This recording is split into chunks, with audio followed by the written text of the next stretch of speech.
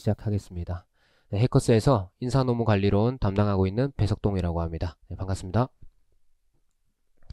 자, 하나씩 한번 살펴보겠습니다. 일단 먼저 시험 전체적인 흐름에 대해서 우리가 한번 살펴보고요. 시험에 합격하기 위한 전체적인 역량 그리고 커리큘럼이 어떻게 되는지 한번 살펴보도록 하겠습니다. 그리고 2차 시험에서 합격하기 위한 전략이 어떻게 되는가, 그 전략을 시기별 그리고 상황별로 구분해서 우리 수험생들께 좀 정보를 전달 드릴 수 있도록 하겠습니다. 자, 이렇게 조금 거시적인 측면에서 수험에 대해서 이야기를 한 뒤에 마지막 부분에 이제 인사노무관리의 학문적 의미가 어떻게 되는지 한번 살펴보고, 그리고 그 학문적 의미를 토대로 우리 기출문제에 한번 적용을 해볼 수 있는 시간을 가지도록 하겠습니다. 자, 첫 번째 공인노무사 시험 정보 및 현황입니다. 자, 보겠습니다. 자, 일단 시험 구성입니다. 자, 1차 객관식이죠. 5과목으로 구성되어 있고요. 총 200분 시험치입니다. 하루 만에 시험이 끝나고요. 자, 여러분들 잘 아시겠지만 노동법 1, 노동법 2, 그리고 민법, 사회보험법, 그리고 선택하기에 따라서 경제학 원론이나 경영학 개론을 시험으로 치게 됩니다. 자, 2차 시험 같은 경우는 똑같이 과목은 5과목인데 시간이 450분이고 이틀 동안 시험을 치게 되죠. 그러니까 시간 또 2배로, 그리고 시험을 치는 기간 또 2배로 늘어나고, 그리고 객관식에서 주관식으로 바뀌기 때문에 여기서 굉장히 힘든 과정을 이제 조금 겪게 될 가능성이 높습니다. 그래서 보시면 노동법 1, 2, 그리고 제가 담당하고 있는 이 인사노무관리론, 그리고 행정쟁송법, 경영조직론, 노동경제학, 민사소송법 중에 택일하게 되겠습니다. 자, 이렇게 2차까지 합격을 하게 되면 마지막으로 3차 면접까지 보게 되는데요. 우리 전문직 시험 중에 이 노무사만이 좀 유일하게 이 면접이 있다, 이렇게 알려져 있죠. 아무래도 노무사의 업무 자체가 어느 정도의 어떤 인문학적 요소가 가미되어 있기 때문에 그런 거 아닐까라고 추측을 해보고 있습니다. 범위는 2차 시험 범위와 거의 대동소이하고요. 뭐 1차에 있었던 내용들보다는 뭐 노동법이나 인사노무관리론 이렇게 해서 좀 중점적으로 3차 면접에서는 질문이 구성됩니다. 자, 넘어가겠습니다. 자, 1차 시험 현황 한번 보시죠. 2020년부터 2025년까지 1차 합격률을 제가 추이를 한번 조사를 해봤는데요. 자, 29기부터 해서 55%에서 60%대로 조금 높게 구성이 되어 있는 걸 확인할 수 있습니다. 이 전문직 시험 중에서 1차 합격률이 조금 높은 편에 속했는데, 이 32기부터 이 전년도 대비 25% 하락하면서 우리 합격률이 뚝 하고 떨어졌습니다. 그리고 34기 때 조금 더 떨어졌고, 이제 34기, 즉 작년이죠? 아니죠, 죄송합니다. 올해죠. 올해는 49%로 다시 또 합격률이 조금 올라왔습니다. 그래서 이 31기 때 1차 합격이 좀 많다 보니까 2차 합격자 수도 어느 정도 거기에 맞춰야 되다 보니 합격자 수가 이렇게 한번 이렇게 많이 배출이 된 적이 있었습니다. 그 뒤에 우리 교수님들이 또 산항공에서 합격자 수를 좀 조정하려고 했던 움직임이 관찰되는 이런 추이라고 보시면 되겠고요. 앞으로는 제가 봤을 때는 한 30에서 40%, 그러니까 한 30%대 정도에서 1차 합격률이 형성될 것이라고 예상을 하고 있습니다. 자, 그런데 이 1차 시험은요, 여러분들, 아까도 말씀드렸지만 객관식이기도 하고 절대평가죠. 근데 왜 완전한 의미 절대평가, 이런 수식어가 들어가 있을까요? 우리 2차 시험도 똑같이 절대평가입니다. 하지만 실질적으로는 여러분들 절대평가를 가장한 상대평가다라고 이렇게 불리고 있어요. 왜냐면 어느 정도 수준이 됐을 때 다 합격하는 게 절대평가의 의미인데, 실제로는 2차 시험은 그렇게 하지 않거든요. 합격자 수를 어느 정도 제한을 걸고 있어요. 근데 1차 시험은 그런 거 없죠. 내가 열심히 공부하면 합격을 할 수 있다. 그래서 성실한 학습은 합격으로 직결된다. 그리고 이러한 측면에서 우리 2차 시험이 가지는 불확실성이라는 요소가 좀 덜한 편이다, 이렇게 이해하실 수 있겠고요. 최근에 이 문항수가 좀 증가가 됐어요. 문항수가 증가가 됐는데, 여러분들 여기 한번 보시면요, 우리가 한 사람이 가지는 시간이란 자원은요, 누구나 동등합니다. 그쵸?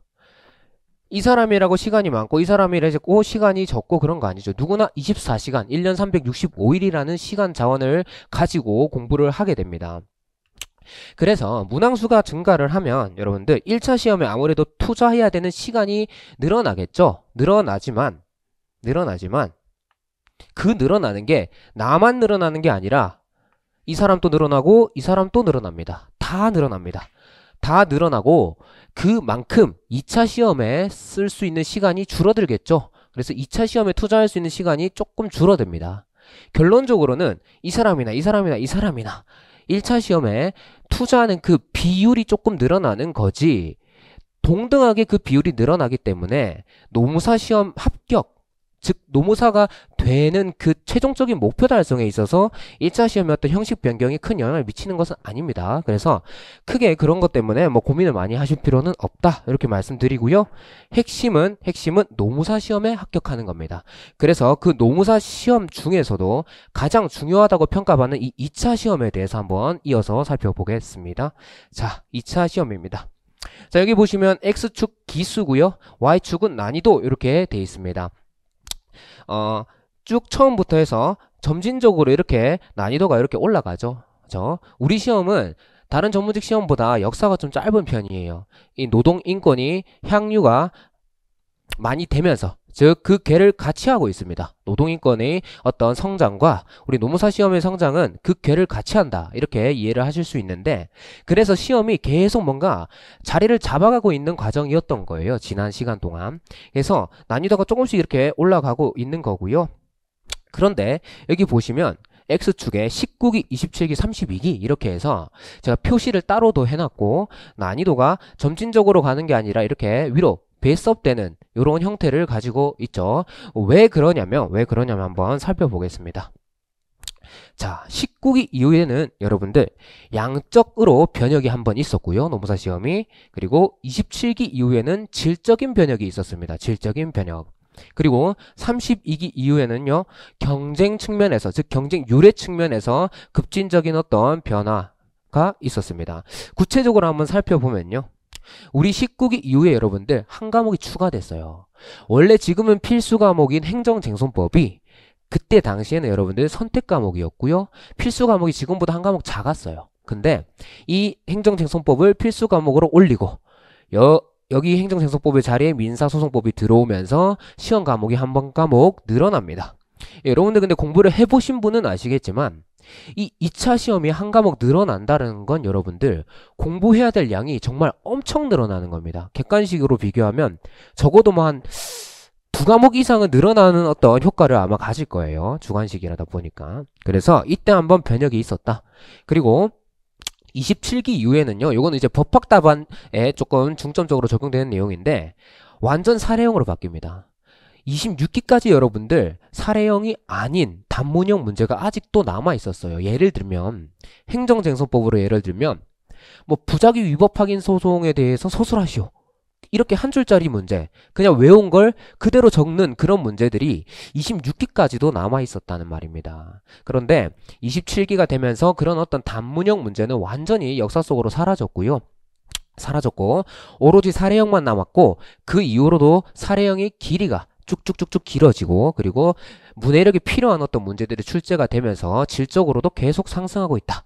자, 그리고 32기는요, 경쟁이 격화된 어떤 가장 상징적인 해라고 할 수 있겠습니다. 보시면 자, 출원자가 1만 명을 돌파했습니다. 근데 1만 명을 돌파했다라는 그 자체의 의미가 있는 건 아니고 전년 대비 2,000명이 출원자가 늘어났다, 여기에 의미가 있습니다. 원래는 여러분들 출원자가 늘어나봐야 1,000명 미만으로 몇백 명 이렇게 늘어나지 막 1,000단위, 2,000단위 이렇게 늘어나지 않는단 말이에요. 그래서 32기 이후에 경쟁이 굉장히 격화됐다, 이렇게 보실 수 있겠습니다. 그래서 아직도 인터넷에 잘못된 정보가 조금 떠돌아다니고 있어요. 이 초두 효과, 우리 첫인상 효과라고 하잖아요. 어떤 뭐 사람이든 물체든 처음에 본 그 인식이 계속해서 지속적인 인식 틀로 작용하는 어떤 일종의 평가 오류인데, 우리 시험도 처음에 이제 이렇게 시작을 하다 보니까 이렇게 변혁이 있었음에도 불구하고 인터넷에서는 아직 요 19기 이전의 어떤 질과 양으로 생각하는 경우가 있습니다. 그런 정보를 잘 거르셔야 정확한 여러분들이 정보를 얻을 수 있다는 점 확인하시길 바랍니다. 자, 그래서 이렇게 시험에 변혁이 있었는데 이걸 왜 제가 이야기를 하느냐 보시면, 그 하나하나가 우리한테 어떤 의미를 주게 되니까 보시면 양적 변화는 우리 암기량을 엄청 많이 늘리게 됩니다. 그래서 공부를 해야 될 분량이 많아지는 거 넘어서서 우리는 주관식이니까 외워야 될 양이 많아진다. 그리고 질적 변형.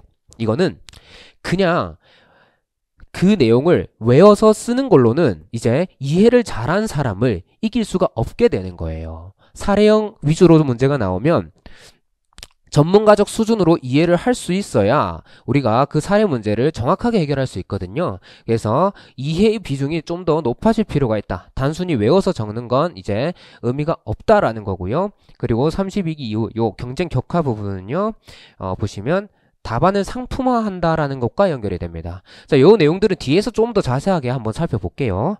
자, 넘어가서요. 자, 필요한 역량 및 커리큘럼 이렇게 되어 있습니다. 우리 노무사 시험, 특히 2차 시험에 합격하기 위해서 필요한 역량이 뭔지 한번 살펴보고 그 역량을 채워나가기 위한 우리 해커스, 인사노무 관리론, 특히 저의 어떤 커리큘럼 어떻게 구성되어 있는지 한번 살펴보겠습니다. 자, 필요 역량 4스텝 이렇게 돼 있죠. 자, 첫 번째는 이해고요. 두 번째 암기, 세 번째 현출, 네 번째 상품화 이렇게 돼 있습니다. 상품화 이렇게 돼 있습니다. 자, 이해부터 한번 차분히 보실게요. 자, 이해 보기 전에 밑에 이 상품화 플러스 돼 있죠. 플러스 돼 있어요. 사실 예전 기준으로 하면 이 상품화를 하는 부분까지는 뭐 반드시 필요한 역량 또는 있으면 좋은 역량 이렇게 판단이 안 됐던 그런 시절이 있었습니다. 아까 보셨겠지만 우리 시험 현황 봤잖아요. 현황에 비춰봤을 때 그랬던 시절이 있었다. 그러나 지금은 이렇게 상품화 과정까지 필요하다. 그럼 뭘 상품화하는 거냐? 이것만 간단히 말씀드리면 우리 2차 답안은요, 여러분들 주관식 답안이잖아요. OMR에 체크를 해서 그냥 깔끔하게 보내는 게 아니라 내가 직접 다 쓰는 거예요. 그래서 이 답안, 내가 쓴 답안을 상품화한다는 겁니다. 하나씩 살펴볼게요. 자, 이해 보겠습니다. 자, 이해는 여러분들 미시적 측면의 이해와 거시적 측면의 이해 두 가지로 구분할 수 있습니다. 이 미시적 측면의 이해는 어떤 제도나 판례 그 하나하나를 이해하는 걸 말합니다. 하나하나를. 거시적 이해는 여기 보시면 포섭과 유기적 연결 이렇게 돼 있죠. 법학 같은 경우에는 포섭과 관련이 있는 거고요. 경영학 인사노무 관리론 같은 경우에는 유기적 연결과 관련이 있습니다. 그러면 이게 무슨 의미냐? 자, 포섭은 단순히 판례를 미시적으로 이해하고 있다고 해서 할 수 있는 게 아니죠. 포섭은요, 여러분들 판례가 이렇게 있으면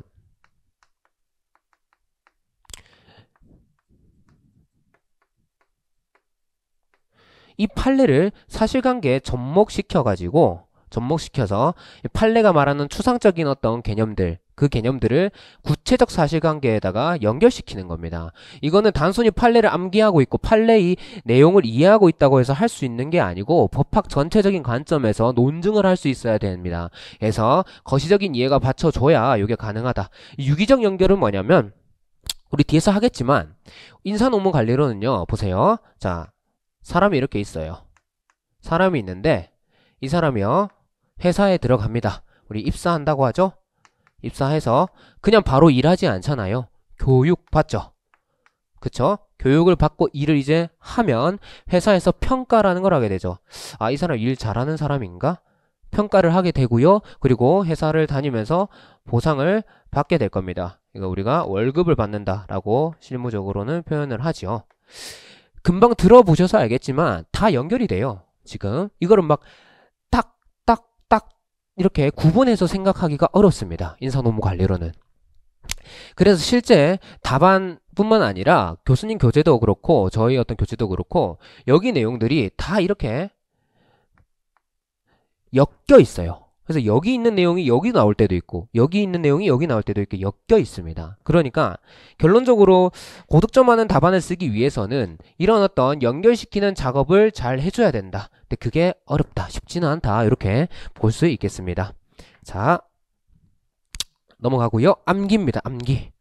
자, 주관식 논술형 시험이기 때문에 이해한 내용을 명확하고 구체적으로 암기해야 된다, 이렇게 돼 있죠. 이게 객관식 시험과의 차이점입니다. 객관식 시험은요, 여러분들 OX 퀴즈 엄청 많이 풀고 그리고 눈에 계속 바르면 그 내용을 내가 명확하고 구체적으로 암기하지 않아도 답을 골라낼 수가 있어요. 그런데 주관식 시험은 여러분들 그렇지 않습니다. 내가 명확하고 구체적으로 암기를 하지 않잖아요. 그러면 내 머리에 분명히 이 내용이 있는 것 같은데, 그리고 선지를 보면 무슨 내용인지는 알 것 같지만 펜이 떨어지질 않습니다. 쓰지를 못해요. 그래서 암기를 해야 된다. 암기를 해야 된다. 자, 그리고 세 번째는 현출입니다. 현출. 연결되는 거죠. 연결되는 건데, 현출에서 조금 특징적으로 볼 수 있는 건 우리가 키워드를 활용해야 된다라는 겁니다. 우리 시험은 여러분들 그냥 뭐 노동법 공부한 사람, 뭐 HRM, 인사노무관리 이론 공부한 사람을 뽑는 게 아니고요. 이 분야에서 대한민국에서 가장 전문성을 가진 사람을 뽑는 시험입니다. 그쵸? 근데 그냥 내가 이해한 대로 막 그냥 일상 용어 썰 풀듯이 이렇게 답안을 적으면 안 되겠죠. 그래서 우리 법률 용어, 학술 용어, 즉 거기에 있는 다양한 어떤 함축적 의미들을 내포할 수 있도록, 그걸 교수님께 잘 보여줄 수 있도록 답안을 구성해야 된다. 그래서 키워드 위주로 현출할 필요가 있다. 그리고 상품화 여기 보시면요. 자, 이런 질문들을 합니다. 선생님, 저는 지금 이해도 했고요. 암기도 한 것 같고 답안의 현출도 저는 나름대로 책에 있는 대로 했는데 왜 점수가 안 나옵니까? 이런 질문을 하는 분들이 있어요. 근데 그분들이 한 가지 큰 착각을 하고 있는 게 뭐냐면, 우리 노무사 시험은 여러분들 아까 말씀드렸지만 그냥 노동법 잘하는 사람, HRM 잘하는 사람, 뭐 노동경제학 잘하는 사람, 이런 지식이 높은 사람을 뽑는 시험이 아니고요. 노무사로서 사회에서 어떤 능력을 가지고 업무를 할 수 있는 사람을 뽑는 거죠. 그 일환으로 이런 지식과 관련된 테스트를 하는 것뿐입니다. 그런데 이까지는 이제 동의가 되시죠? 실제로 노무사 실무에서 여러분들 일을 잘하는 사람은요, 단순히 머리에 든 게 많은 사람이 아니라 이 든 게 많은 걸 서면으로 쓰고 이걸 우리가 수험에서는 현출이라고 하죠. 서면으로 쓰는데 이 서면을 읽는 사람이 편하게 받아들일 수 있도록 구조적이고 체계적으로 쓰는 사람을 일 잘하는 사람이라고 합니다. 그러니까 우리 답안을 쓸 때도 그냥 내가 가진 지식이나 어떤 뭐랄까요 능력을 그냥 배설하듯이 쓰는 게 아니라, 읽는 사람, 우리한테는 이제 고객이 교수님이잖아요. 교수님이 구조적이고 체계적으로 내 답안을 읽을 수 있도록 작업을 해야 된다라는 겁니다. 그것까지 했을 때 우리가 좀 더 높은 경쟁력을 가질 수 있겠다. 이렇게 보시면 되겠습니다. 자, 그러면 이런 필요 역량들이 커리큘럼에서 어떤 식으로 녹아져 있는지, 그리고 뒤에 학습 전략까지 해서 순차적으로 살펴볼 테니까 지금 요 내용들이 조금 어색해, 좀 무슨 말인지 추상적이야 하더라도 그냥 쭉 한번 따라와 보세요. 자, 커리큘럼은 5개 과정으로 구성되어 있습니다. 자, 동차반부터 해서요, 연기 1기, 2기, 3기 이렇게 구성이 되어 있고요. 우리 동차반 같은 경우는 A급 주제 위주로 해서 완전히 딱 2차 시험에서 답안을 쓰는 그 목적을 가지고 접근을 하는 과정이고, 연기나 1기 같은 경우에는 기본 개념을 토대로 하고, 1기에서는 거기서 더 나아가서 이제 심화 개념도 같이 이렇게 보게 됩니다. 2, 3기 같은 경우는요, 모의고사에 중점적으로 포커스가 가 있는 과정이고 전체 범위를 다 다룹니다. 전체 범위를 다 다루고 간혹 있는 이제 지역적 주제, 우리 불이타라고 하거든요. 불이타격이라고 해요. 신림동에서 공부하지 않는, 다들 공부를 안 하는 주제에서 문제가 나오는 그걸 불이타라고 하는데, 그걸 좀 대비하기 위한 지역적 주제도 조금씩 이렇게 보게 될 겁니다. 그래서 주된 목표 보시면요, 동차반은 암기하고 현출하는 거.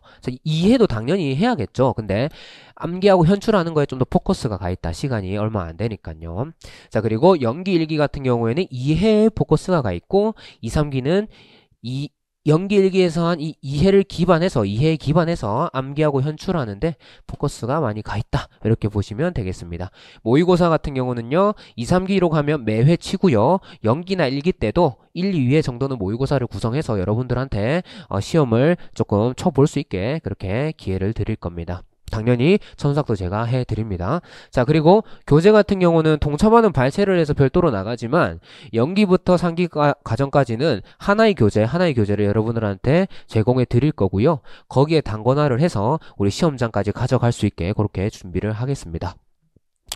교재 제가 열심히 만들었으니까 아주 만족하실 거라고 생각하고, 밑에 복습 방식 보시면요, 연기부터 해가지고 여러분들 공부를 하실 때 제가 복습 퀴즈를 제공해 드릴 거예요. 그래서 뭐 처음에는 이제 단답이죠. 단문이 아니라 단답이죠. 단답으로 대답할 수 있게 우리 객관식 풀듯이 그렇게 제공해 드릴 거고, 뭐 1기 과정부터는 조금 더 약수를 할 수 있도록, 그러니까 조금이라도 써볼 수 있도록 그렇게 해 드릴 거고, 2, 3기 같은 경우에도 모의고사 출제가 되지는 않았더라도 그걸 모의고사에서 벗어나는 주제에 대해서도 이렇게 조금 작성하실 수 있도록 퀴즈를 제공해 드릴 겁니다. 자, 여기까지 제가 커리큘럼 말씀드렸고요. 계속 따라오시면 뒤에 학습 전략 보시면 거기서도 이 커리큘럼이 다 연계가 돼서 설명이 될 거니까 쭉 한번 들어보시면 되겠습니다. 자, 세 번째 2차 시험 합격 전략입니다. 자, 2차 시험 합격 전략 앞에서 이야기한 그 4가지 역량 그리고 그 바로 뒤에 이야기한 이 커리큘럼 부분을 같이 고려해서 우리가 결국 2차 시험에 합격을 해야 되는데 그걸 전략적으로 어떻게 접근할 수 있을 것인가에 대해서 한번 이야기를 해보겠습니다. 자, 시기별 학습 전략 이렇게 돼 있죠. 자, X축 끝에 보시면 커리큘럼이고요. Y축 보시면요 학습 시간 이렇게 돼 있습니다. 그래서 노란 줄을 쭉 그어 놓은 건 여러분들 학습 시간은 어느 정도 고정적이라는 전제로 논의를 하겠다라는 겁니다. 그래서 보시면 위에 있는 게 이해 비중이고요. 밑에 있는 게 암기와 현출의 비중입니다. 우리 아까 4가지 역량 이야기 했었잖아요. 그래서 뭐 연기부터는 이 이해의 비중이 9로 가는 거고요. 거의 뭐 암기의 스트레스는 받지 않으셔야 된다. 그리고 1기로 가면서 조금씩 이해의 비중을 줄이면서 이 암기와 현출의 비중을 좀 더 늘려나가는 그런 식으로 구성을 하면 되겠습니다. 그럼 선생님 이해라는 건 뭐 도대체 구체적으로 뭘 뜻합니까? 아까 뭐 미시적 거시적 이해 알겠는데 실제로 내가 어떤 식으로 해야 됩니까? 그거는 여기서 말씀드릴게요. 자, 첫 번째는 강의입니다. 강의를 들으면서 여러분들이 학습을 효과적으로 할 수 있도록 이렇게 활용하시면 되고요. 이 강의를 듣고 나서 이해 중심의 복습을 하게 됩니다. 그 이해 중심의 복습은 여기 적혀 있죠? 교재를 회독하는 겁니다. 내가 외우려고 막 덤벼드는 게 아니라 그래 강사가 이렇게 이야기를 했는데 요렇게 이해가 된다. 아 이런 내용이었지 하면서 복습을 하면서 계속 내 머리에 개념의 어떤 구조를 스키마를 만들어 나가는 그런 과정을 거치시면 이해가 좀 더 될 것이다. 즉 그런 과정이 더 많아야 된다. 이해의 비중이 높다라는 건 그렇게 이해하시면 되고요.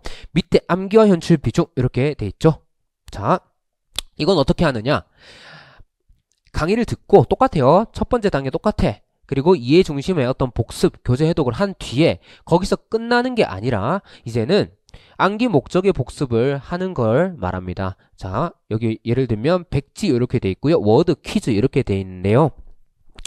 백지 복습은 내가 공부한 내용을 그냥 흰 종이를 펴놓고 적어보는 거예요. 계속 적어보는 거예요. 근데 나는 쓰는 거 너무 싫어요. 하면 워드로 이걸 하시는 분들도 있고요. 워드도 굉장히 추천을 드립니다. 그래서 저도 워드를 좋아했기 때문에 쓰기보다는 워드로 이렇게 작업을 많이 했었습니다. 그러다가 이거 기억이 잘 안 나는 것 같아. 그러면 머리를 계속 쓰는 거예요. 뭐였지 하다가 도저히 기억이 안 난다. 그러면 책을 살펴보고 이거였지. 이렇게 해서 내 머릿속에 빈 공간을 채워가는 그 과정들이 되겠습니다. 뒤에 있는 퀴즈형은 말 그대로 퀴즈를 푸는 거죠. 요건 아까 제가 커리큘럼에서 말씀드렸어요. 제가 퀴즈를 제공해 드리도록 그렇게 하겠습니다. 자, 그리고 밑에 보시면 이 2기 3기로 가면서 모의고사를 치게 되겠죠. 모의고사를 치는데 이 모의고사를 치고 그냥 땡 끝나는 게 아니라 강사가 직접 첨삭을 해 드릴 겁니다. 그래서 암기가 어느 정도 수준으로 되고 있는지, 현출이 지금 잘 되고 있는지, 그리고 답안이 지금 상품성이 있는지 없는지 그걸 좀 더 구체적으로 설명을 드리게 될 겁니다. 지금 요 내용 중에서 이 답안을 상품화한다라는 게 도저히 뭔지 모르겠다 이런 분들도 있을 것 같아요. 아마 신림동에서 이런 용어를 쓰면서 이렇게 이야기를 하는 강사는 제가 아마 처음일 것 같은데 지금 여기서 설명을 다 하기에는 너무 내용이 길어져서 요거는 요렇게만 하고 넘어가도록 하겠습니다. 자, 이제 시급별 학습 전략은 살펴봤고 이제 상황별 학습 전략을 한번 살펴볼게요. 여기 보시면 동차생 이렇게 돼 있죠. 그리고 옆에 1차 이슈 이렇게 돼 있고요. 그 뒤에서는 여러분들 직장 병행인 경우 여기는 시간 제한 이슈 이렇게 돼 있습니다. 그래서 우리 수험생들의 상황을 동차생인 경우와 동차생이 아닌 경우 그리고 직장 병행인 경우와 직장 병행이 아닌 경우 이렇게 상황을 좀 구분해서 접근을 해볼 거고요. 그 외에도 각자가 처한 상황은 너무너무 다양할 거예요. 근데 여기서 그걸 다 다룰 수는 없으니까 이렇게만 말씀을 드릴게요. 자, 처음부터 다시 한번 보겠습니다. 동차생. 자, 동차생 1차 시험 이슈. 자, 동차생은 말 그대로 올해에 1차 시험과 2차 시험을 같이 준비해야 되는 사람입니다. 한 번에 같이 준비해야 되는 사람. 그 동차생은요, 또 두 가지 유형으로 나뉠 수 있어요. 하나는 초시생인 동차생. 다른 하나는 초시생이 아닌 동차생. 이렇게 되겠죠? 그래서 병행을 어떻게 할 것인가의 문제인데요. 적어도 여러분들 1기까지는 1차하고 병행을 하시는 게 좋습니다. 1기까지는 1차하고 병행을 하시고, 그리고 나서 1차 합격이 됐다. 그러면 동차반이나 상기 과정으로 이렇게 들어가셔야 될 것으로 사료됩니다. 그러니까 그러면은 1기까지 2차만 공부하고 1기 끝나면 1차만 하라는 거예요? 그게 아니라 연기 1기를 하는 과정에서 여러분들 계속 1차 공부를 병행하셔야 되는 거고요. 2차 시험 비중이 점점 줄어드는 거예요. 1차 시험에 이렇게 가까워질수록. 그러나 그 줄어드는 그 마지막 끝점을 뭔가 연기까지 설정해가지고 연기 끝나고 바로 1차만 해야지 이렇게 하지 마시고 2차 잘못 말했습니다. 자, 1기까지는 여러분들 그래도 같이 병행을 하셔라 이렇게 말씀드리는 거고요. 그 다음 자, 초시생이 아닌 동차생 이렇게 돼 있습니다. 자, 초시생이 아닌 동차생 분들은요, 가능하면요, 2기까지 일단 진입하고 1차 시험이 얼마 남지 않은 좀 근접했을 때까지는 수강을 하시는 걸 권장드립니다. 수강하시는 거 권장드립니다.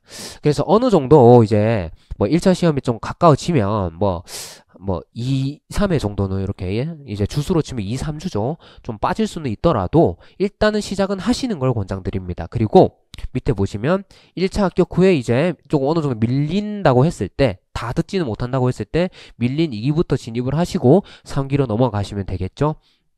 그리고 전체 내용을 소화해야 됩니다. 여기 보시면 초시생 같은 경우에는 강약 조절을 하라 이렇게 되어 있습니다. 그러니까 중요한 주제 위주로 조금 공부를 해서 2차 시험에서 뭐라도 쓸 수 있는 환경을 만들어라 이렇게 제가 말씀드리려고 하는 건데, 초시생이 아닌 동차생은요 여러분들 그렇게 하지 마시고 이번에 합격하겠다는 마인드로, 내가 유해생에 비해서 불리할 게 없다라는 마인드로 모든 걸 소화하려고 좀 노력을 하셔야 된다.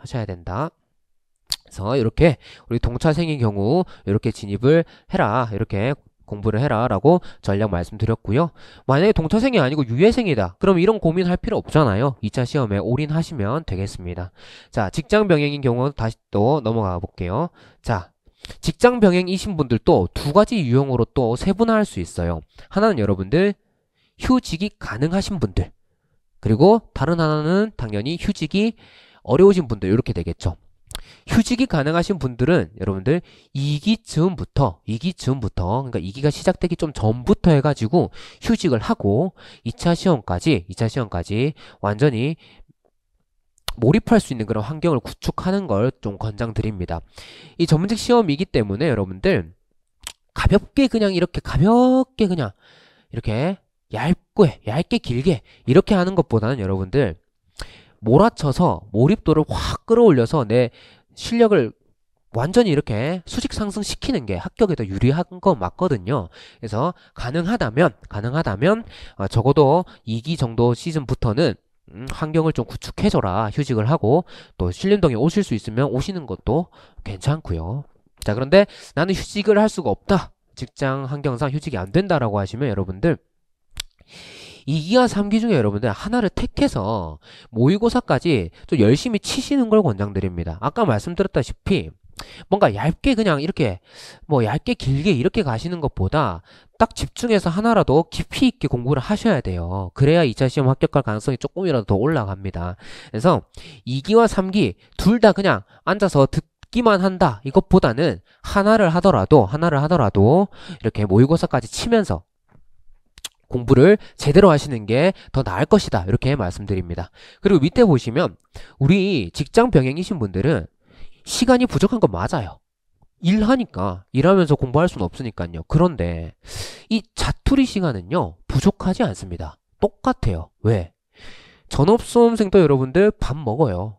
그리고 밥 먹고 나면 소화불량 걸리면 안 되니까 5분 정도 산책해요. 30분 하시는 분들도 있으시고, 그리고 학원을 가신다거나 도서관을 가시는 분들 버스 타고 이동하고 걸어가서 이동하잖아요.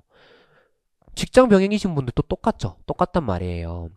그런데 보통 전업 수험생들은 그 시간까지 막 이렇게 머리를 짜내서 공부하시진 않아요. 그걸 하시는 분들은 되게 독하신 분들이고 공부를 이렇게 좀 뭔가 정말 열정적으로 하시는 분들이고요. 그게 사실 제일 좋죠. 제일 좋은데 우리 직장 병행이신 분들은 그렇게 해야 된다라는 거예요. 시간이 부족하니까 짜투리 시간만큼이라도 다 하나하나 놓치지 않고 밥 먹을 때 뭐 공부할 수 있으면 제일 좋고요. 밥을 먹을 때 공부할 수 없다. 그러면 남는 점심시간에라도 이제 직장 이제 동료분들이랑 커피 마시러 가지 마시고 아니면 조금 횟수를 줄이시고 공부를 이렇게 좀 하시고 그렇게 하시면 분명히 여러분들 차곡차곡 채워질 겁니다. 이게 정말 큽니다. 이 짜투리 시간 공부하는 게. 자, 이렇게 상황별 수험 전략까지 살펴봤고요. 이제 조금 인사노무 관리가 뭔지에 대해서 조금 들어가 보도록 하겠습니다. 앞에서는 전체적인 어떤 학습 전략적인 측면을 우리가 살펴본 거고 이제는 인사노무 관리에 대해서 중점적으로 살펴볼 겁니다. 자, 인사노무 관리 개념 이렇게 돼 있죠. 경영활동을 지원하는 방식으로 인적 자원을 관리하는 재활동이다 이렇게 돼 있습니다. 그죠? 경영활동이란 뭐냐? 밑에 보시면 자, 구매, 생산, 그리고 판매 재무 정보 이렇게 돼 있습니다. 자, 구매하는 건 원재료를 사는 거예요. 그 원재료를 가지고 생산을 하고 그걸 이제 팔아야겠죠. 이런 경영활동을 의미하는데 이 인사관리라는 것은 이러한 경영활동을 지원하는 방식으로 인적 자원을 관리하는 활동이다 이렇게 설명이 되는 겁니다. 그래서 왜 그러냐면 이 구매, 생산, 판매, 재무 정보 이게 뭐 다른 것처럼 이렇게 적어놨지만 결국 이거 다 사람이 하는 거잖아요. 사람이 하는 거기 때문에 그 사람이 일을 잘할 수 있도록 관리를 하겠다라는 게 인사관리입니다. 자, 뭐 이런 걸 막 답안에 쓰고 하는 건 아닙니다, 여러분들. 자, 넘어가시면 자, 인사 기능과 그 목적 이렇게 돼 있죠. 앞으로 여러분들이 이 HRM 이론을 공부하시면 계속해서 듣게 될 말인데 자, 학보 개발 평가 보상 유지 이렇게 해서 학개평 보유 이런 말들을 계속 듣습니다. 그리고 밑에 직무 노사 관계 이렇게 돼 있는데요. 아까 제가 간단하게 설명을 드렸어요. 설명을 드렸는데 이 사람이 회사에 뭐 입사하고 그리고 교육받고 이런 거 설명 아까 드렸잖아요. 기억나시죠? 이렇게 설명을 드렸습니다. 조금 자세히 말씀드려보면 학보는 여러분들 일을 잘 할 사람을 뽑는 거를 말하고요. 우리가 그 안에서도 모집과 선발 이렇게 구분을 해서 모집은 조직에 있는 이 공석이 된 직위에 응시할 수 있도록 지원자들한테 자극을 주는 과정이다. 이렇게 표현을 하고요. 그 모집된 인원들을 이제 선별해서 최종적으로 뽑는 거, 그걸 우리가 선발이라고 합니다. 개발은 뽑힌 사람들이 일을 잘할 수 있도록 교육시키는 거 보통 의미하고요. 평가는 여러분들 일을 잘 했는지 평가하는 거. 보상은 뭐 우리 직무급, 연공급 이래가지고 이 직무의 가치에 따라서 보상을 하는 경우도 있고요. 그냥 회사에 오래 다녔으면 그 오래 다닌 거에 대해서 공헌을 인정해서 연공주의로 보상하는 경우도 있고 뭐 기타 다양한 것들이 많이 있습니다. 이 유지는요. 종업원들이 성과 창출 의지와 능력, 즉 일을 열심히 잘 하려는 그 의지와 능력을 계속해서 유지할 수 있도록 회사에서 관리해 주는 겁니다. 그래서 학보 개발 평가 보상 유지 관리를 우리가 인사 기능이라고 합니다. 이러한 것들 아까 제가 계속 말씀드렸다시피 이 직무를 중심으로 이루어집니다. 직무. 제가 일을 잘하는 사람을 뽑고 일을 잘하도록 교육시키고 일을 잘했는지 평가하고 이렇게 표현을 계속 했잖아요. 그래서 이 직무라는 거에 대해서 우리가 배우게 될 거다. 그리고 이런 어떤 인사 기능들은 노사관계 하에서 이루어지잖아요. 그래서 노사관계도 우리가 공부를 하게 된다.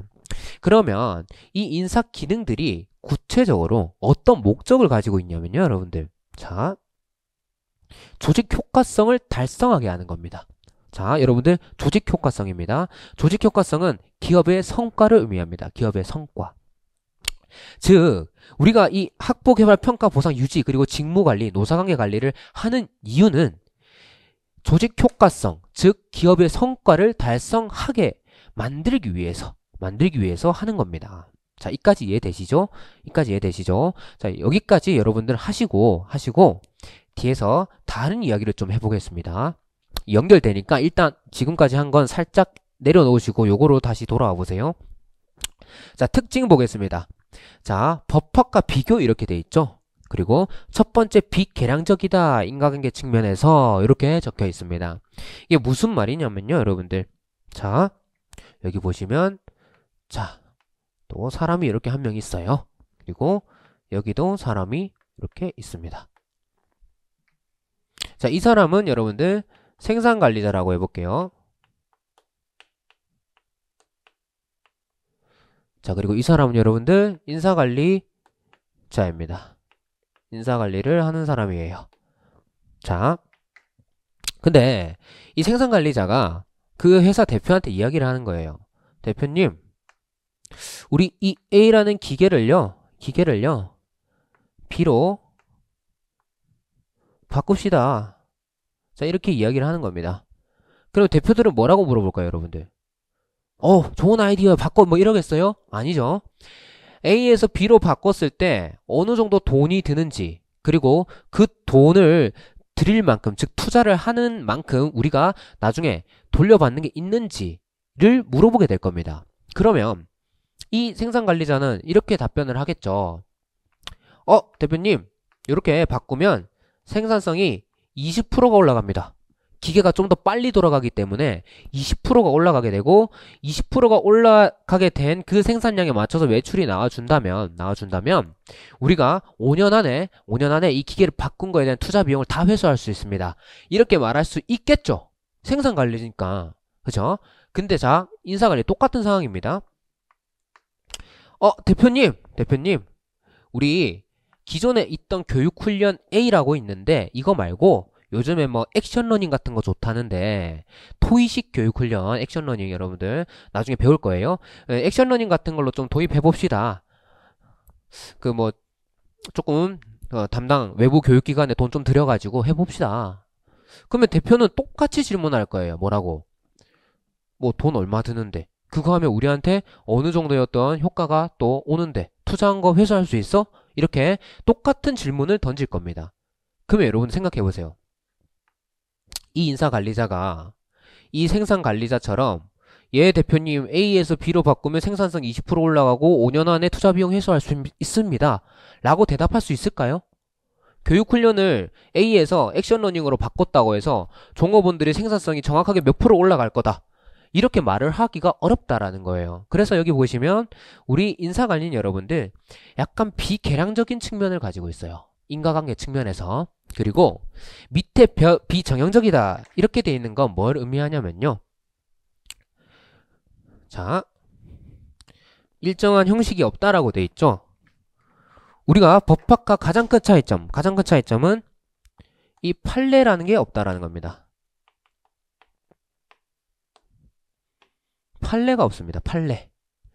이 판례가 없다는 게 굉장히 큰 차이점입니다. 그러면 어떤 것들이 컨텐츠가 되느냐? 법학은 판례 자체가 컨텐츠가 되죠. 우리는 이거 없잖아요, 인사관리는. 그러니까 없으니까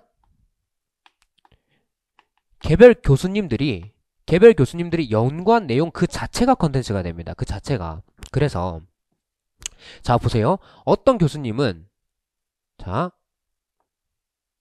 이만큼 연구를 했어. A 주제에 대해서. 근데 다른 교수님 여러분들, 자, 또 교수님 한 분 더 계시는데, 자, 이 교수님은 같은 주제에 대해서 이만큼 연구를 했어. 그러면 우리 시험에는 여러분들 이렇게 나와도 되고요, 이렇게 나와도 됩니다. 판례라는 기준이 없으니까 개별 교수님들이 연구한 내용들이 다 인사관리라는 학문을 구성하는 내용들이 되는 거거든요. 그러다 보니까 우리 공부하는 입장에서 좀 난처한 게 좀 많습니다. 자, 여기까지 하고 자, 아까 제가 이렇게 말씀을 드렸어요. 다시 뒤로 한번 넘어가 보면 우리 인사 기능, 이 학보 개발 평가 보상 유지, 그리고 직무관리 노사관계 관리를 하는 이유가 조직 효과성이라는 목표를 달성하기 위해서 한다고 했잖아요. 그쵸? 근데 제가 여기 뒤에서 보여드렸죠. 우리 인사관리는 인과관계 측면에서, 그러니까 도입했을 때 우리 기업에 이 정도 효과를 줄 것이다, 이런 것들이 좀 비계량적이에요. 다른 말로 인과관계가 모호하다라고 합니다. 모호한 측면이 있고요. 또 비정형적이야. 판례처럼 어떤 기준도 없고 그냥 약간 추상적인 느낌입니다. 막 약간 하늘 위를 둥둥 떠다니는 느낌? 코에 걸면 코걸이, 귀에 걸면 귀걸이 같은 느낌. 그런 느낌이 좀 있어요. 그래서 보시면 앞서 말했던 조직 효과성이라는 그 목적 달성, 그 목적 달성이 정말 인사 관리를 통해서 이루어질 수 있습니까? 라는 의구심에 노출되게 됩니다. 그래서 실제로 우리 신림동에서 많이 보는 우리 교과서 중에 박경규 교수님 신인사관리라는 책이 있는데 그 책의 첫 번째 목차가 여러분들 인사관리 중요성이에요. 그러니까 교수님조차도 이런 의구심에 노출이 되어 있었던 거 아닐까라는 생각이 드는 겁니다. 중요하다고 계속 말하는 거예요. 아, 중요하다니까? 진짜 이 목적 달성하는데 인사관리가 중요해. 이걸 교수님부터 이야기를 하고 있고 그리고 교재 내용들도 보면요. 중요성이라는 목차가 꼭 들어가 있어요. 법학에서 여러분들 그런 목차 보신 적 없죠? 그게 이런 의미에서 나온 겁니다. 그러면 내가 왜 이런 얘기를 하냐면요. 재미삼아 하는 게 아니고요. 이런 학문적 특징에 비춰서 우리가 비춰봐서 학습 방향을 설정해야 되기 때문에 그렇습니다. 자, 첫 번째 그래프 활용 그리고 밑에 사회학계 연구 활용 돼 있고요. 밑에 절차의 중요성 그리고 양적 감각을 배양해야 된다 이렇게 돼 있죠. 앞서 말씀드렸다시피 우리 인사관리로는 인과관계 측면에서 비계량적인 특성을 가지고 있습니다. 인과관계도 모호하고 심지어 계량적이지도 않은 거죠. 그래서 이 그래프, 식, 수치 같은 것들이 나오는 주제 또는 그런 어떤 컨텐츠들은 여러분들 열심히 학습을 하셔야 돼요. 열심히 학습을 하셔서 이 인사관리 약간 조금 의구심에 노출되는 그 특징들을 깨부수는 방향으로 공부를 하셔야 됩니다. 자, 이해되시죠? 그리고 밑에 사회과학 계열 연구. 자, 그러니까 인과관계 측면에서 조금 모호한 측면이 있다라고 했잖아요. 아까 여기서도 교육훈련 A에서 B로 바꾸면 성과 올라가요? 이런 거에 대해서 뭔가 딱 올라갑니다 라고 말하기 어렵다라고 했잖아요. 근데 만약에 관련된 연구가 있다면 적극적으로 활용해야겠죠. 대표님 A에서 B로 바꿨을 때 생산성 이만큼 올라간다 연구 있었습니다 라고 말할 수 있으면 좋으니까 그래서 연구를 많이 활용해야 된다. 그 방향으로 학습을 해야 된다. 그리고 세 번째 절차의 중요성 이렇게 되어 있습니다. 자, 인사관리로는 아까 말씀드렸다시피 좀 비정형적이라는 특징을 가지고 있다고 했어요. 판례라는 기준도 없고 기업 환경이 너무 다르다 보니까 직무도 다르고 일도 다르고 다 달라서 딱 이렇게 규격화된 어떤 틀을 제시해 주기가 어려운 학문입니다. 그런데 가끔 이렇게 절차 또는 방식이라고 해서 구체적으로 이렇게 하세요. 이 순서에 따라서 하나씩 이 제도를 쓰세요 라고 소개해 주는 내용들이 있어요. 그런 내용들은 열심히 공부를 해야 된다. 그리고 밑에 양적 감각 배양 이것도 마찬가지죠. 판례라는 기준이 없기 때문에 우리 교수님들이 연구한 내용들이 전부 다 인사관리 컨텐츠가 될 수 있고 그러다 보니까 내용도 막 요만한 내용이 막 이렇게 문제가 나오기도 하고 그렇다라는 거예요. 이렇게 막 이렇게 왔다 갔다 합니다. 판례처럼 그러니까 법학처럼 딱 판례 기준으로 뭔가 이거는 몇 점짜리 문제야 라고 정확하게 예상이 잘 안 된다라는 거예요. 그래서 평소에 공부할 때부터 양적인 감각을 좀 배양을 할 필요가 있습니다. 제가 계속 요거는 트레이닝을 시켜 드릴 거예요. 자, 여기서 더 나아가서 단순히 우리가 학습 방향만 잡을 수 있는 게 아니고 자, 문제 대응력과도 연결이 됩니다. 문제 대응력과도 연결이 된다. 밑에 보시면 답안 작성의 툴을 얻을 수 있다 이렇게 돼 있죠. 자, 요거는 우리 기출 문제를 보면서 한번 살펴보겠습니다. 자, 2021년 기출 이렇게 돼 있습니다. 여러분들 근로기준법상 직장 내 괴롭힘 개념을 설명하고 이렇게 돼 있죠. 자, 앞에 뭐라고 적혀 있어요? 좀 충격적이지 않습니까, 여러분들? 지금 HRM 경영학 이론인데 갑자기 근로기준법이라는 단어가 나왔어. 그냥 지나가다가 한 말도 아니고 첫 번째 단어가 근로기준법입니다. 이거는 당시 수험생들 입장에서는 그 자체로 충격이죠. 충격. 노동법에서 나와야 될 문제잖아요. 그쵸? 그래서 이게 불이타성 문제로 나왔는데요. 자, 이런 경우에 여러분들 어떻게 대처를 할 겁니까? 자, 여러분들 한번 생각을 해보세요. 내가 진짜로 인생을 걸고 또는 직장 병행하면서 정말 열심히 정말 남들 잘 때 잠도 못 자고 그렇게 공부를 해서 시험장 딱 들어갔어. 그래서 인사관리 이제 문제 풀어야지 하고 있는데 갑자기 근로기준법 잃어버려요. 여러분들 그 순간적으로 엄청난 충격에 휩싸이면서 사람들이 여러분들 패닉 상태가 됩니다. 자, 그럴 때 우리가 대처를 할 수 있어야 된다라는 거예요. 그래서 앞서 우리가 살펴봤던 그 시사점들을 토대로 해서 한번 어떻게 접근할지 한번 보겠습니다. 자, 1번 갈등과 성과의 관계 이렇게 돼 있죠. 자, 그래프 보겠습니다. 제가 앞에서 우리 학문적 특징에서 비롯되는 의구심을 깨기 위해서 이런 그래프나 식 같은 걸 활용하는 게 중요하다고 했습니다. 자, 볼게요. 우리 직장 내 괴롭힘, 여러분들 직장 내 괴롭힘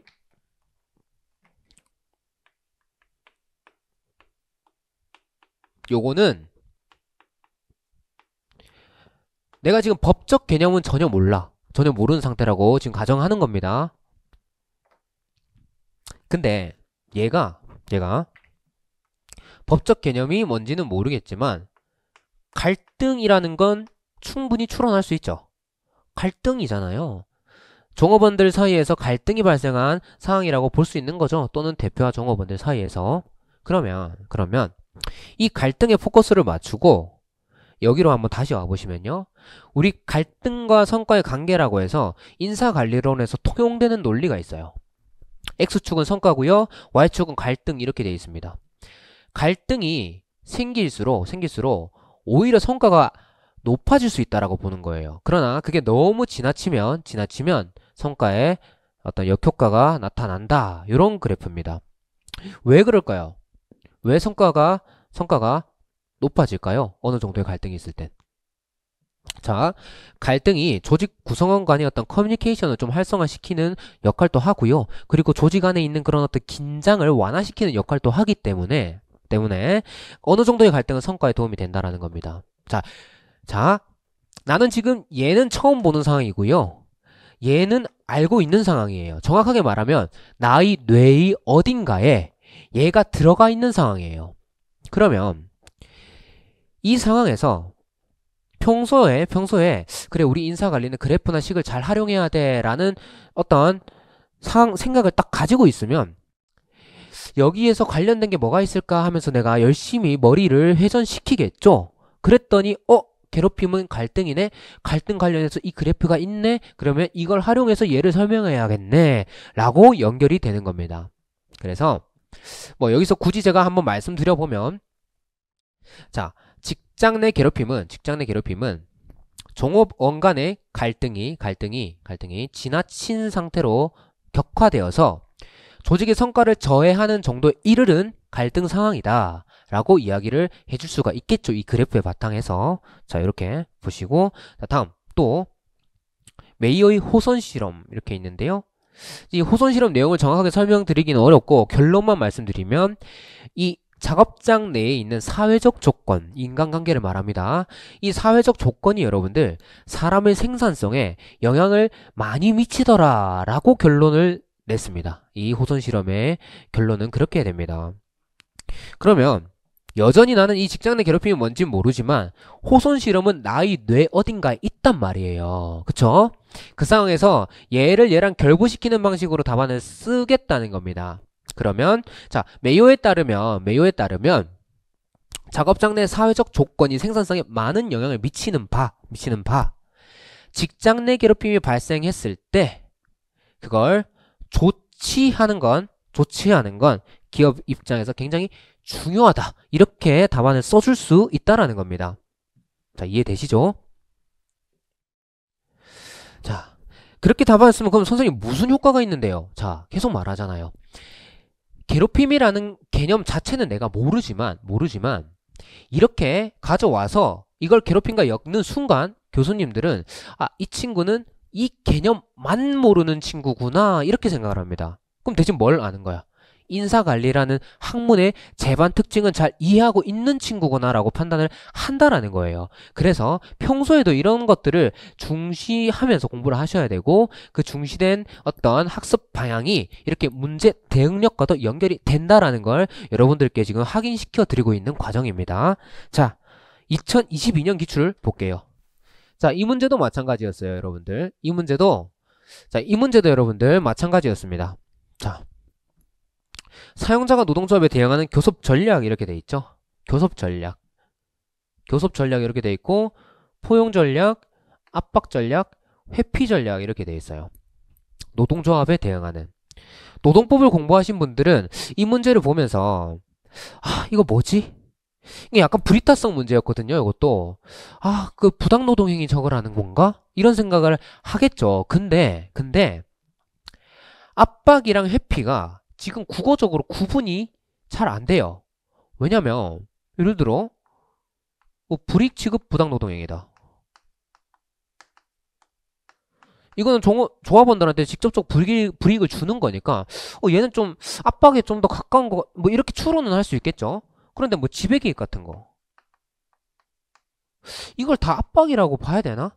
회피라고도 볼 수 있는 거 아니야? 뭐 이런 어떤 상황. 또 단체 교섭 거부 혜택. 그건 회피인가? 아무튼 국어적으로 우리가 이걸 면밀하게 구분하기가 참 어려운 상황이었습니다. 그리고 단순히 법적 개념만 서술해서 점수를 얻을 수 있는 문제도 아니었고요. 이런 불이타성 문제가 나왔는데, 여기서도 어떤 식으로 접근을 하겠냐 보겠습니다. 덜럽의 노사관계 시스템이라는 이론이 있어요. 이 이론의 핵심적인 내용은 여러분들 여기 노란색 보이시죠? 각 주체, 여기서 각 주체는 노사정을 의미합니다. 노동조합, 사용자, 그리고 정부. 이 각 주체의 전략적 선택이 고용관계를 결정한다라는 게 이 이론의 핵심 내용이에요. 다시 말하면 여기 이 환경에 순응하는 게 아니라 전략적으로 결정을 해간다라는 이론의 시사점이 있는 겁니다. 근데 아까 제가 여기 뭐라고 했어요? 전략이라고 했잖아요. 교섭 전략. 그래서 이 경우에도 내가 지금 교섭 전략에 대해서 정확하게 모르는 상황이지만 답안을 쓸 때 처음에 이제 덜럽의 노사관계 시스템에 따르면 노측과 사측은, 특히 사측은 환경에 순응해서 노동조합의 고용관계를 형성하는 게 아니라 전략적 선택하에 고용관계를 형성해 나가는 주체이므로 이 교섭 전략을 어떻게 형성하는지는 굉장히 중요한 인사관리적 요소다. 이렇게 써줄 수 있다라는 겁니다. 그랬을 때 요 내용이 불이타로서 남들도 다 그냥 헤매면서 막 소설을 쓰고 이러고 있을 때 나는 교수님, 저는 얘는 솔직히 불이타라서 잘 정확하게 모르는 건 맞는데요. 인사관리의 제반 흐름들은 정확하게 이해하고 있습니다. 라고 보여줄 수 있다라는 겁니다. 자, 넘어가고요. 이제 2023년 기출문제 보겠습니다. 자, 여기서는 중요한 게 여기 개발 단계입니다. 개발 단계. 제가 인사관리는 여러분들 비정형적인 요소가 아주 많다라고 했잖아요. 그래서 가끔 이렇게 구체적인 절차를 공부해야 되는 주제들이 있어요. 근데 요 개발 단계를 실제 시험에 나왔을 때 여러분들 제대로 못 쓴 수험생들이 생각보다 많았어요. 이거를 가르치지 않은 경우도 있었고 가르쳤음에도 불구하고 제대로 쓰지 못한 경우가 상당히 많다. 왜 그럴까요, 여러분들? 자, 이 바이오 데이터는요, 여러분들 사람이 살면서 쌓아오는 여러 가지 전기적 정보, 그냥 내가 좋아하는 거, 뭐 사회적 지위, 교육 환경 이런 모든 전기적 정보를 다 말하는 거거든요. 이거를 못 쓰는 사람은 없어요. 그리고 내가 착각하는 거지. 나 바이오 데이터 잘 알아. 이걸 안다고 해서 여러분들 바이오 데이터를 아는 게 아니고 바이오 데이터와 관련된 이 구체적 절차를 정확하게 현출할 수 있어야 그때 비로소 이 주제를 안다라고 할 수 있는 거예요. 그래서 보시면 핵심은 절차입니다. 비정형적 요소가 많은 인사관리에서 간혹 나오는 이 절차 이슈는 아주 면밀하게 검토해야 된다. 그리고 면밀하게 학습해야 된다. 보시면 자, 이렇게 간단하게 정리해보면 이렇게 일반론이 구성되고요. 기업의 성과 관련 변수를 설정하고 쭉쭉쭉쭉 우리 내용이 나와 있는데 이게요, 여러분들 기본적인 최소한의 소양이고요. 합격하기 위한. 근데 내가 좀 높은 점수를 받고 싶다, 고득점 하고 싶다라고 하시면 여기서 멈추면 안 돼요. 경쟁 우위를 가지기 위해서는 이 예시를요, 실제 상황에 접목하는 어떤 답안도 필요합니다. 여기서 점수를 잘 받기 위해서 결론적으로는 일반적인 절차, 그러니까 일반론적인 절차를 쓰고 거기에 예시를 달아서 교수님 저는 바이오 데이터를 완전 그냥 마스터했습니다. 완전 그냥 누구보다 잘합니다. 라고 이렇게 보여주는 게 필요하다라고 말씀드렸고요. 이러한 것들도 다 인사관리 비정형적인 요소에서 비롯되는 어떤 접근 방법이다 라고 계속 설명드리고 있습니다. 자, 24년 기출문제. 따끈따끈한 작년 기출문제죠. 자, 수준관리, 체계관리, 형태관리, 의의와 특성 이렇게 물어봤는데요. 25점으로 나왔어요. 그죠? 25점. 25점이면 여러분들 2차 답안지 기준 한 4페이지에서 5페이지, 또 사람에 따라서 뭐 최대한 6페이지 정도 분량입니다. 보세요. 그런데 이 의는 다 알아. 다 아는 사항이에요. 근데 이 특성이 도대체 뭘 말하는 거지? 이 생각을 하게 만드는 문제예요, 이게. 정확하게 수준관리 특성은 이거다. 체계관리 특성 이거다. 형태관리 특성 이거다라고 딱 정확히 특성이라는 목차로 신림동에서 공부를 안 했단 말이에요. 그래서 이때도 사람들이 완전히 멘탈이 약간 붕괴된 거예요. 붕괴까지는 아니고 살짝 당황? 그러면 이 문제는 어떻게 접근을 해야 되느냐? 자, 핵심은 양적 감각에 기반한 신축적 답안 이렇게 돼 있죠. 여기 보시면 여기가 한 페이지가 한 10페이지 조금 넘어가고요. 다 합치면 편집이 좀 들어가고 하면 한 50페이지 뭐 전후로 이렇게 나옵니다. 이 특성이요, 여러분들. 사실 이거 다 특성이 될 수 있는 거잖아요. 특성이란 말이 여러분들 얼마나 추상적인 말입니까? 그쵸? 그래서 이 문제에서 점수를 좀 잘 받으신 분들은 이 방대한 내용, 50페이지 전후가 나오는 이 방대한 내용들을 쭉 선별해가지고요. 목차 위주로 답안을 구성하신 분들, 그러니까 핵심만 톡톡톡톡 집어내서 답안을 짧게 치고 넘어가신 분들이 점수를 잘 받았어요. 그렇죠? 근데 그게 가능하려면 여기 보시면 이 양적 감각에 기반한 신축적 답안 가능해야 된다. 근데 양적 감각에 기반한 이 신축적 답안 연습을 해야 되는 이유는 아까 제가 말씀드렸던 비정형적인 특성, 즉 교수님들이 이만큼 문제를 크게 낼 수도 있고 이렇게 작게 낼 수도 있고 이게 법학에 비해서 이게 왔다 갔다가 너무 심하기 때문에 평소에 이렇게 공부를 했어야 됐다. 그랬으면 요 문제에 크게 당황하지 않고 대처를 할 수 있었다. 이렇게 말씀을 드립니다. 여러분들 지금 제가 이 기출문제를 가져와서 이렇게 말씀을 드리는데 실제 여러분들 시험장에 들어가서 나라고 생각해 보세요. 내가 들어갔는데 이런 특성 목차 본 적도 없어.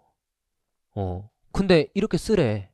어떡하실 거냐고요. 그때 뭔가 여러분들이 행동을 정확하게 통제해 줄 어떤 기준이 필요하거든요. 그 기준을 지금까지 계속 말씀드린 겁니다. 자, 우리 시험은 이런 식으로 어쨌든 매해 우리 수험생들을 곤란하게 하는 문제들이 출제되고 있다라는 점 확인할 수 있었습니다. 자, 결국 이게 마지막 단계까지 이렇게 왔네요.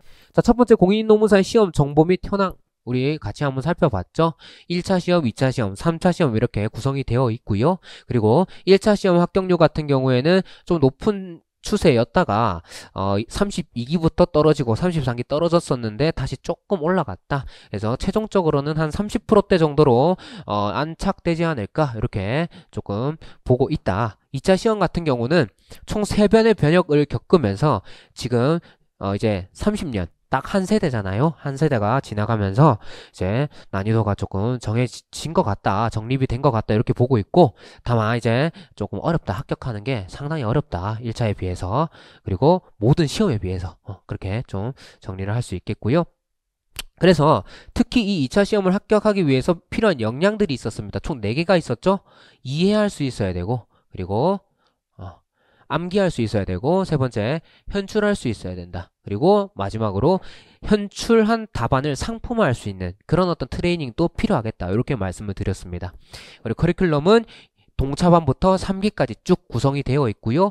여러분들이 학습 능력 그리고 실력을 점진적으로 올릴 수 있도록 알차게 구성되어 있다는 점 참고하시면 되겠습니다. 자, 그리고 좀 더 구체적으로 2차 시험 합격 전략을 살펴봤습니다. 시기별 학습 전략 그리고 상황별 학습 전략 이렇게 2개로 나눠서 살펴봤고 시기별 학습 전략은 0기, 1기, 2기, 3기로 갈수록 우리가 이해의 비중과 암기와 현출의 비중을 어떤 식으로 조절해 나가야 되는지 그걸 살펴본 거고요. 그리고 구체적으로 이해를 하겠다라는 건 어떤 의미를 가지는지, 그리고 암기와 현출을 한다라는 건 어떤 식으로 실현될 수 있는지 그 방법론적인 측면을 살펴봤습니다. 자, 그리고 상황별 학습 전략이라고 해서 동차생인 경우와 그렇지 않은 경우, 그 안에서도 초시생인 경우와 초시생이 아닌 동차생, 이렇게 구분해서 우리 진입 과정에 대해서 한번 살펴봤고요. 그리고 우리 직장 병행하시는 분들, 그 안에서도 휴직이 가능하신 분들과 휴직이 불가능하신 분들을 좀 구분해서 조금 전략을 살펴봤습니다. 이렇게 정리가 됐다. 그리고 인사노무 관리, 학문적 의미. 우리 인사노무 관리란 기업의 구매, 생산, 마케팅과 같은 경영 활동이 잘 이루어질 수 있도록 이 인적 자원을 관리하고 지원하는 활동이다. 이렇게 말씀을 드렸고요. 인사노무관리라는 어떤 학문의 아주 주요한 특징으로, 다시요. 자, 요거 전에 인사노무관리는 학보부터 개발, 평가, 보상, 유지, 그리고 이러한 것들은 직무관리에 기반해서 이루어지고 노사관계 관리에서 기반해서 이루어진다라고 말씀을 드렸고, 우리가 이걸 인사기능이다 이렇게 부르기로 했습니다. 그리고 이 인사기능의 최종적인 목적은 조직의 효과성을 달성하는 것이다 라고 아까 말씀을 드렸죠. 그 열기구 같은 모양에서. 근데 여기서 말하는 이 조직 효과성은 기업의 성과를 의미한다, 이렇게 정리를 했습니다. 그리고 인사노무관리는 법학에 비교해서 비계량적이고 특히 인과관계 측면이 약간 모호한 게 있고, 그리고 비정형적인 특징을 가진다고 했어요. 그러다 보니 앞서 말했던 조직 효과성 달성이라는 이 목적을 인사관리가 달성시켜 줄 수 있는 거에 대한 의구심에 노출된다고 했었죠. 그죠? 그래서 이 의구심을 깰 수 있는 방향으로 학습을 해 나가야 된다. 그러면 어떻게 깰 수 있는데, 그 방법론이 첫 번째는 그래프나 어떤 산식, 수치 같은 거를 잘 활용해야 된다. 두 번째는 여러분들 뭐였습니까? 사회과학 계열의 어떤 연구 내용들을 잘 끌어와서 설득력을 높여야 된다. 그리고 세 번째로는 절차나 방식 같은 간혹 있는 구체적 내용은 아주 열심히 공부해야 된다. 그걸 못 써가지고 절차 제대로 못 썼어요, 이런 식으로 이제 시험 후기가 남겨지면 절대 안 되는 거예요. 제가 참 마음이 많이 안타까웠습니다, 그때 23년도에. 자, 그리고 마지막으로는 양적 신축성. 우리는 판례라는 기준이 없기 때문에 문제가 막 이렇게 막 나올 수 있다. 그러니까 양적 신축성에 대해서 미리미리 고민을 하고 트레이닝을 받아야 된다라고 이렇게 말씀을 드렸고요. 자, 그걸 실제로 기출문제 최근 4개년에 적용해 보면서 이런 대원칙들, 즉 인사관리 학문적 특징에서 비롯된 시사점들을 실제 기출문제에도 충분히 적용할 수 있더라라는 걸 확인을 했습니다. 자, 그리고 마지막. 수고하셨습니다. 자, 2026년 공인노무사 합격 대비 설명회 여기까지 할 거고요. 노무사 시험을 여러분들이 준비하기로 한 데에는 각자가 다 이유가 있을 거예요. 이유, 그쵸? 자, 요게 다 있을 겁니다. 왜 내가 노무사가 되어야 하는가? 왜가 다 있을 건데, 이 왜가 여러분들 무엇으로 자연스럽게 이어지냐면요, how로 자연스럽게 이어지게 됩니다. 내가 왜 노무사가 되어야 하는가에 대한 강한 신념과 이유가 있다면요, 내가 어떻게 노무사가 되어야 할 것인가에 대한 고민들은 자연스럽게 해결해 나가진다라는 거예요. 즉, 내가 왜 노무사가 되어야 되는지 한 번 더 고민해보고 스스로 강한 동기를 부여하는 게 여러분들이 공부를 더 잘할 수 있게 되는 중요한 요소가 될 거라는 겁니다. 자, 됐죠? 그래서 여러분들이 각자 가진 노무사가 되어야만 하는 이유, 그 이유를 제가 응원하고 또 꿈을 응원하겠습니다. 고생하셨습니다.